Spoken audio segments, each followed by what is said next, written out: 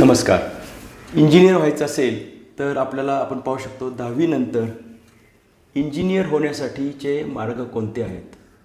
बी take, कारण काही ठिकाणी त्याला बी टेक असं म्हटलं जातं. तर पहिला एक मार्ग जो सगळ्यांना माहिती आहे म्हणजे 11वी 12वी सायन्स आणि PCM ग्रुप हे घेतल्यानंतर आपण दोन प्रकारच्या परीक्षा म्हणूयात.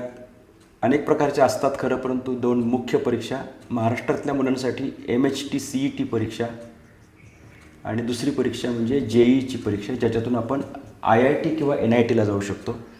या माध्यमातून आपण इंजिनिअरिंगच्या 4 वर्षांच्या कोर्सला जातो आणि 12वीचा कालावधी हा 2 वर्षांचा असतो. म्हणजे 2 आणि 4 6 वर्षात आपण इथं इंजिनियर होतो या मार्गाने. दुसरा एक मार्ग आहे तो म्हणजे 10वी नंतर डिप्लोमा म्हणजेच पॉलिटेक्निक आपण करावं. डिप्लोमानंतर आपल्याला कसल्याही प्रकारची परीक्षा न देता डायरेक्ट सेकंड इयरला जाता येतं. इथं 3 वर्ष लागतात आणि इथं देखील 3 वर्ष लागतात. 10वी नंतर 3 वर्षांचा डिप्लोमा म्हणजेच पॉलिटेक्निकमधला कोर्स, त्यानंतर डिप्लोमानंतर डायरेक्ट सेकंड इयरला प्रवेश आणि 3 वर्षांमध्ये बी टेक.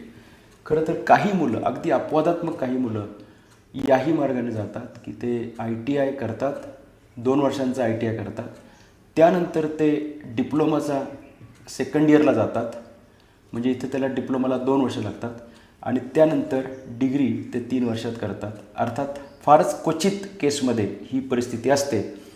अजून एक ऑप्शन BSCचा पण आहे, परंतु त्याही मार्गाला फारच कमी लोक जात असतात. त्यामुळे या मार्गाने आपण 10वी नंतर इंजिनियर होण्याच्या प्रक्रियेकडे जात असतो.